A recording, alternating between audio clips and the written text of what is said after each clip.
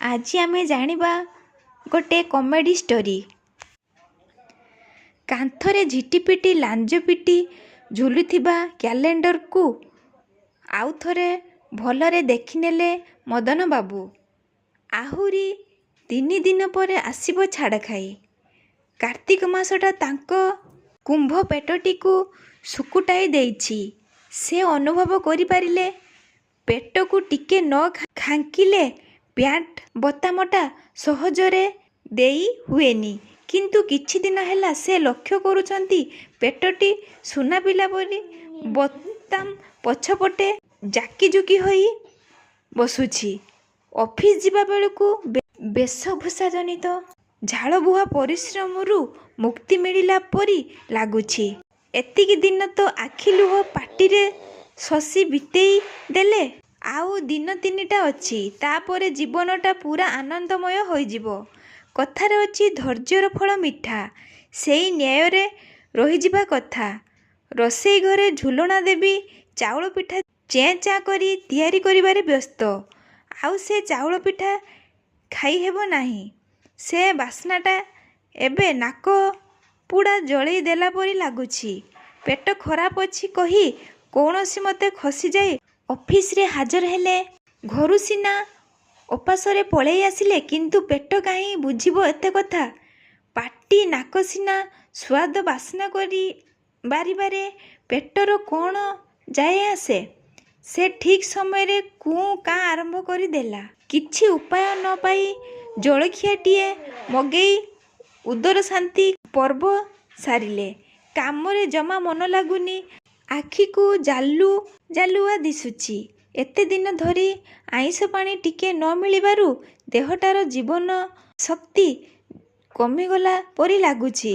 କାର୍ତ୍ତିକ ଆରମ୍ଭ ହେଲା ବେଳକୁ ମନରେ କେତେ ପଣ କରିଥିଲେ ଆଇଁଷ ଛାଡ଼ି ଟିକେ ଧର୍ମ ଅର୍ଜନ କରିବେ।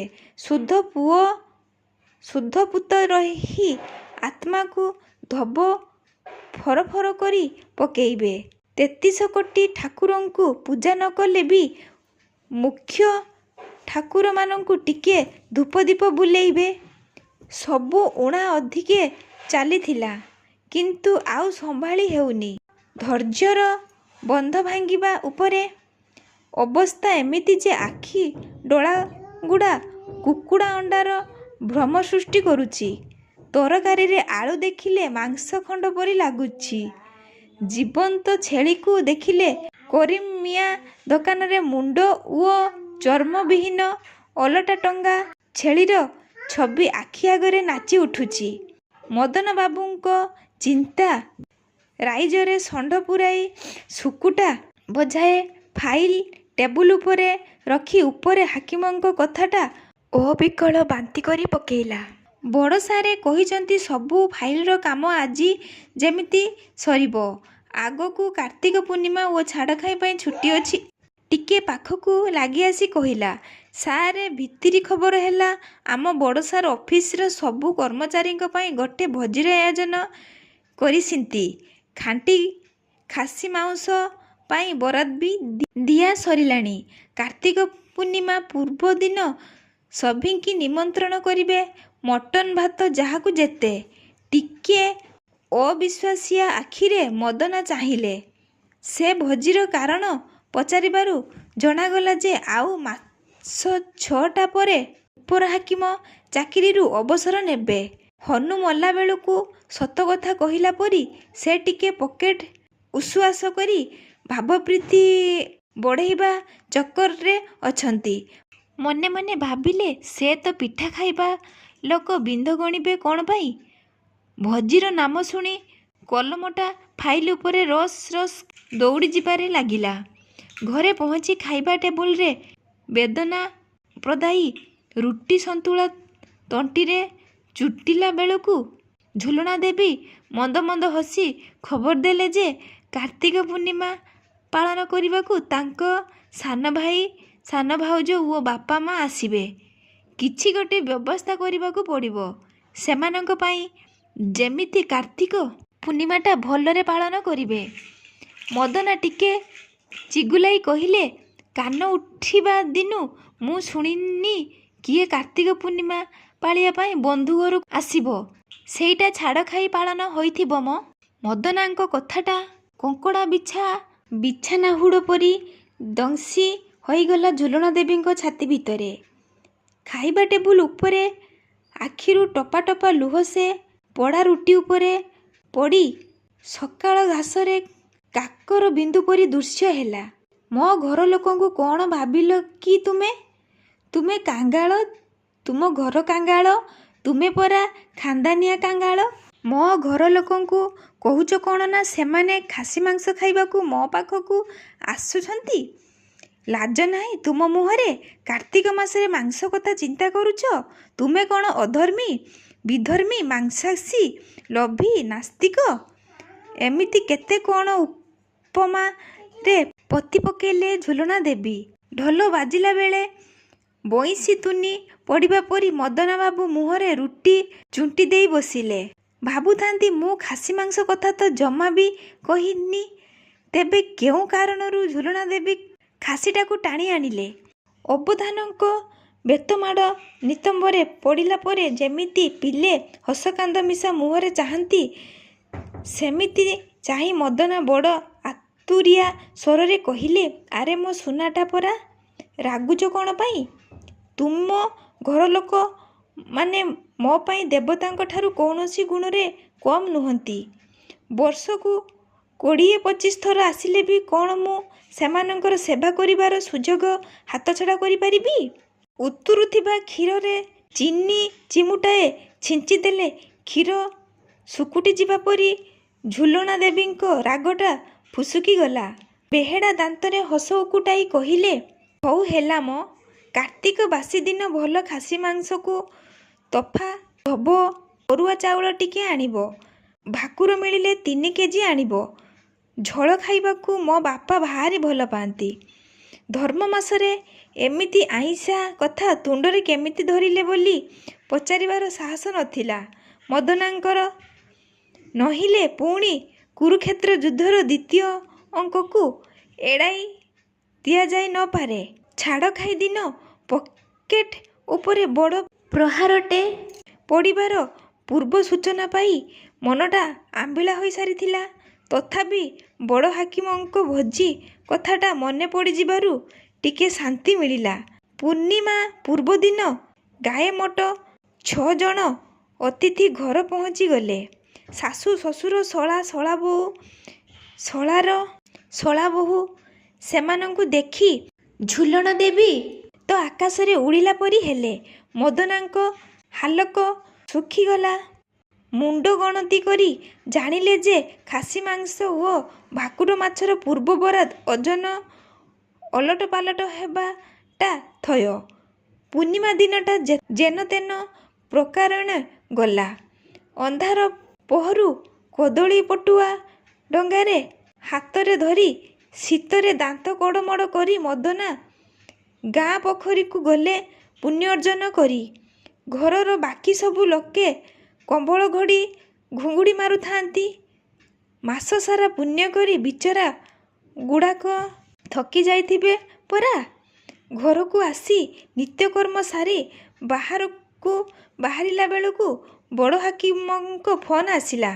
କାଲି ମୋ ଘରେ ଗୋଟେ ଛୋଟମୋଟିଆ ଭୋଜିଟେ ଅଛି, ନିହାତି ଆସିବେ।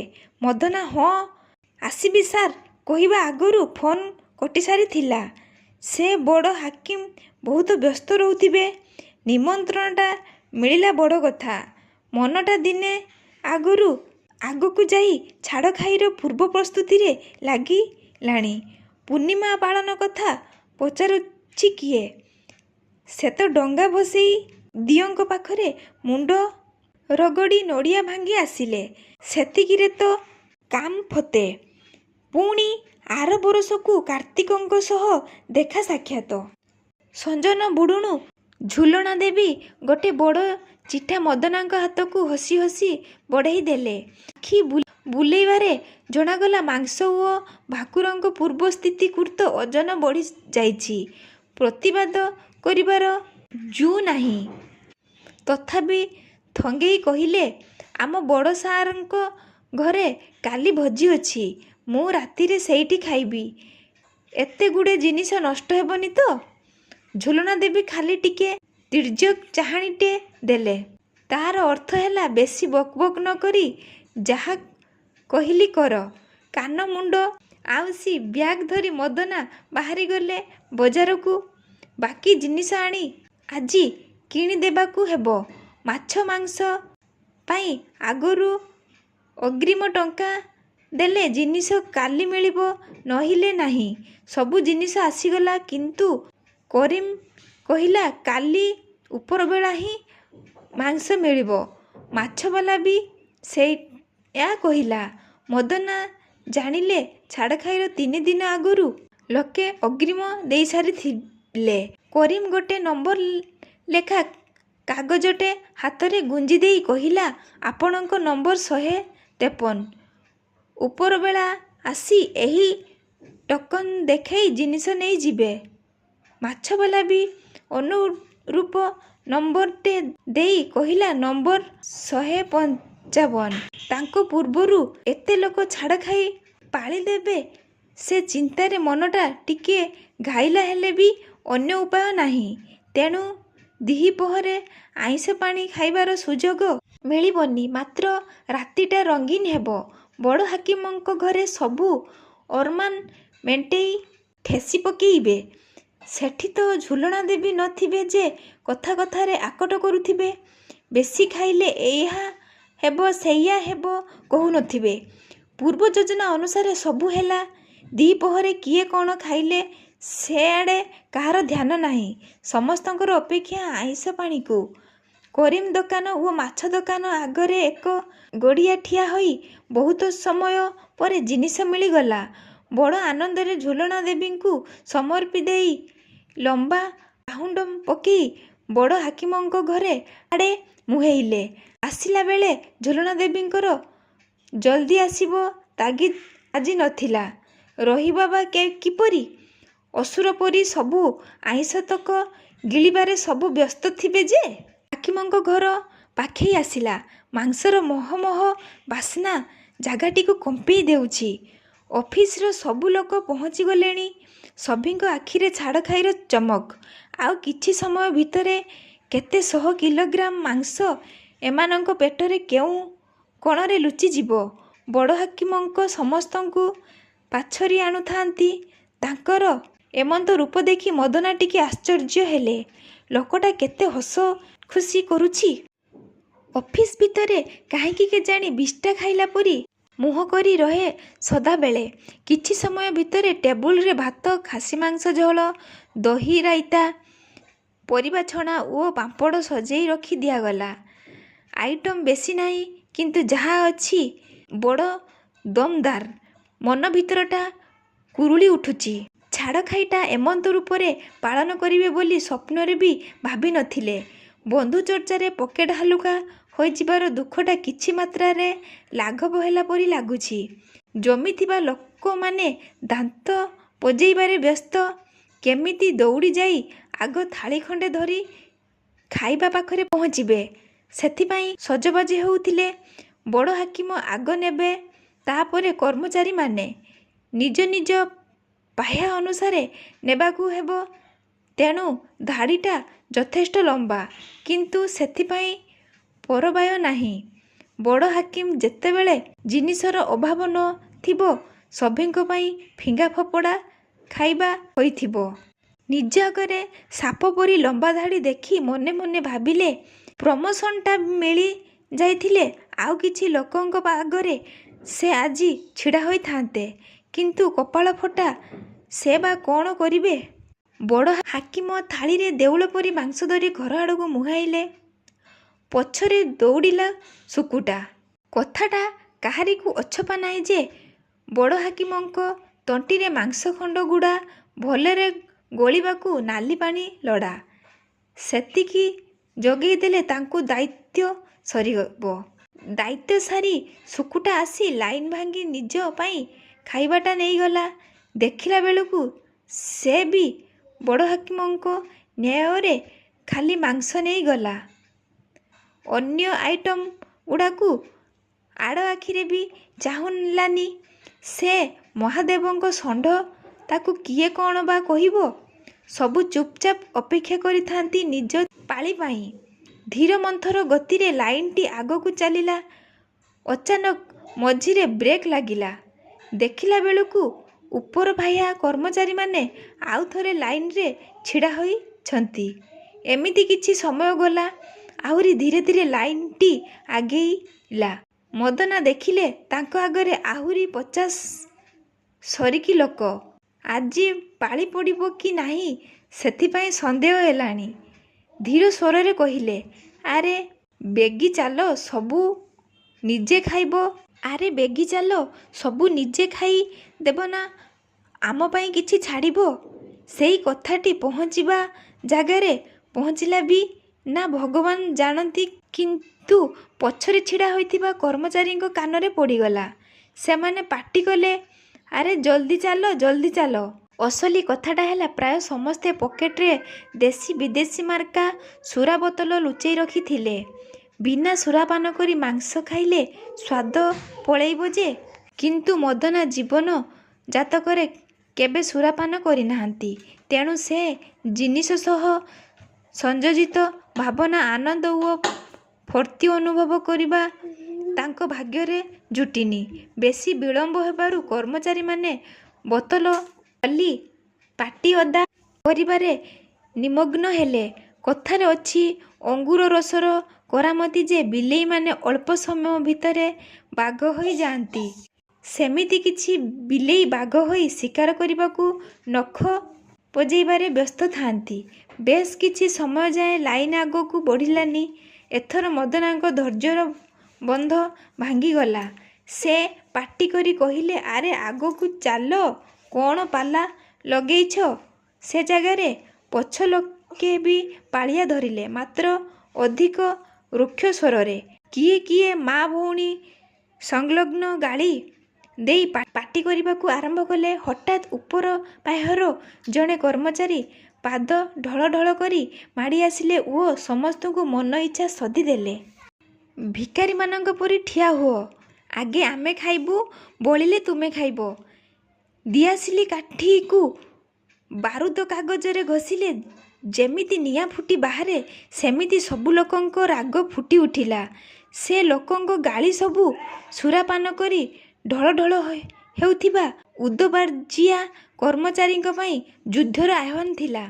ସାପ ପରି ଲମ୍ବି ଯାଇଥିବା ଲାଇନଟି ଭାଙ୍ଗି ଖଣ୍ଡ ବିଖଣ୍ଡ ହୋଇଗଲା। କେବଳ ମଦନବାବୁଙ୍କୁ ଛାଡ଼ି ଆଉ ସବୁ ହୋ ହୋ କରି ମାଡ଼ିଗଲେ ଖାଦ୍ୟବଢ଼ା ସ୍ଥାନକୁ। ବାଡ଼ିବା ଲୋକ ଅସମ୍ଭାଳ ଜନତାଙ୍କୁ ଦେଖି ଲାଙ୍ଗୁଡ଼ ଟେକି ଚମ୍ପଟ ମାରିଲେ।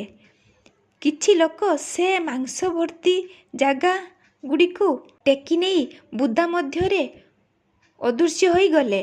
ବାକି ଲୋକ ଧର ଧର ମାର ମାର ନାଦରେ ଗଗନ ପବନ ପ୍ରକମ୍ପିତ କଲେ। ଥିଏଟରରେ ଚାଲିଥିବା ଡ୍ରାମା ଦେଖିଲା ପରି ମଦନା ଛିଡ଼ା ହୋଇଥାନ୍ତି। କିଏ ଜଣେ ଆସି ଖାଇବା ଜିନିଷ ଥୁଆ ଟେବୁଲକୁ ଗୋଇଠା ଦେବାରୁ ସବୁ ଖାଇବା ତଳେ ବିଛାଡ଼ି ହୋଇ ପଡ଼ିଲା। ମୋଟାମୋଟି କହିବାକୁ ଗଲେ ସେ ଭୋଜି ଜାଗାଟା ରଣକ୍ଷେତ୍ର ପାଲଟି ସାରିଥିଲା। ପଦପଦବୀ ନିର୍ବିଶେଷରେ ଯିଏ ଯାହାକୁ ପାରୁଥିଲା ବିଧା ଗୋଇଠା ଚାପୁଡ଼ାରେ ପୋତି ପକାଉଥିଲା। ଆପେ ବଞ୍ଚିଲେ ବାପର ନାମ ନ୍ୟାୟରେ ମଦନା ଗୋଟେ ନିଶ୍ୱାସରେ ଭୋଜି ଜାଗା ଛାଡ଼ି ଘରକୁ ଦୌଡ଼ିଲେ। କହିବା ବାହୁଲ୍ୟ ଯେ ଭୋଜିରେ ପାମ୍ପଡ଼ ଖଣ୍ଡେ ବି ପାଇବା ତାଙ୍କ ଭାଗ୍ୟରେ ଜୁଟି ନଥିଲା। ଘରେ ପହଞ୍ଚିଲା ବେଳକୁ ରାତି 12ଟା। ନିଦ ମଳମଳ ଆଖିରେ ଝୁଲଣା ଦେବୀ ଝୁଲି ଝୁଲି ଆସି କବାଟ ଖୋଲିଲେ। ପେଟଟି ଦେଖିଲେ ଲାଗୁଥିଲା ସତେକି ଅଜଗର ସାପ ଛେଳି ଗିଳି ଦେଇଛି। ଖାଇଛ କି ନାହିଁ ନ ପଚାରି ଝୁଲଣା ଦେବୀ ଖଟିଆ ଉପରେ ଚାରିକାତ ମେଲେଇ ପଡ଼ିଲେ। ଘର ଭିତରେ ଘେରାଏ ବୁଲି ଆସି ଦେଖିଲେ ସବୁ ଅତିଥିଙ୍କର ବି ଏକା ଅବସ୍ଥା। ଭୋକରେ ପେଟ ଜଳି ଯାଉଛି। ଆଖିକୁ ଜୁଳୁଜୁଳିଆ ପୋକ ଉଡ଼ିଲା ପରି ଲାଗୁଛି। ରୋଷେଇ ଘରେ ପଶି ଦେଖିଲେ ନାହିଁ ନଥିବା ଅବସ୍ଥା। ପରମାଣୁ ବୋମା ପଡ଼ି ହିରୋସୀମା ନାଗାସାକିର ଯାହା ରୂପ ହୋଇଥିଲା, ଠିକ୍ ସେହି ରୂପରେ ଡେକିଚି, କଢ଼େଇ, ଡଙ୍କି, ଚଟୁ, ବାସନ ମଜା ଜାଗାରେ ଗଡ଼ୁଥିଲେ। ଅଳି ଆଦାନରେ ହାଡ଼ଖଣ୍ଡ ମାଛକଣ୍ଟା ମାନେ ନିଘୋଡ଼ ନିଦରେ ଶୋଇଥିଲେ। ମଦନାଙ୍କୁ ବିଶ୍ୱାସ ହେଲାନି ଯେ ଝୁଲଣା ଦେବୀ ଓ ଅତିଥିମାନେ ଏମିତି ଅସୁର ପରି ସବୁ ଗିଳି ପକେଇଛନ୍ତି। ଛାଡ଼ ଖାଇ ପାଳିବାର ଆଶାଟା ଏମିତି ଭାବରେ ଭାଣ୍ଡିଆ ହୋଇଯିବ ବୋଲି ସେ କଳ୍ପନା କରି ନଥିଲେ। ପେଟରେ ଭୋକ, ମନରେ ରାଗ ରଖି ବିଛଣା ଉପରେ ଦେହଟାକୁ ଲମ୍ବେଇ ଦେଲା ବେଳେ କହିଲେ, ଆଜି ଉଠିଲା ବେଳେ କାହା ମୁହଁ ଦେଖିଥିଲି କେଜାଣି ଛାଡ଼ ଖାଇଟା ଛିଡ଼ା ଖାଇ ହୋଇଗଲା।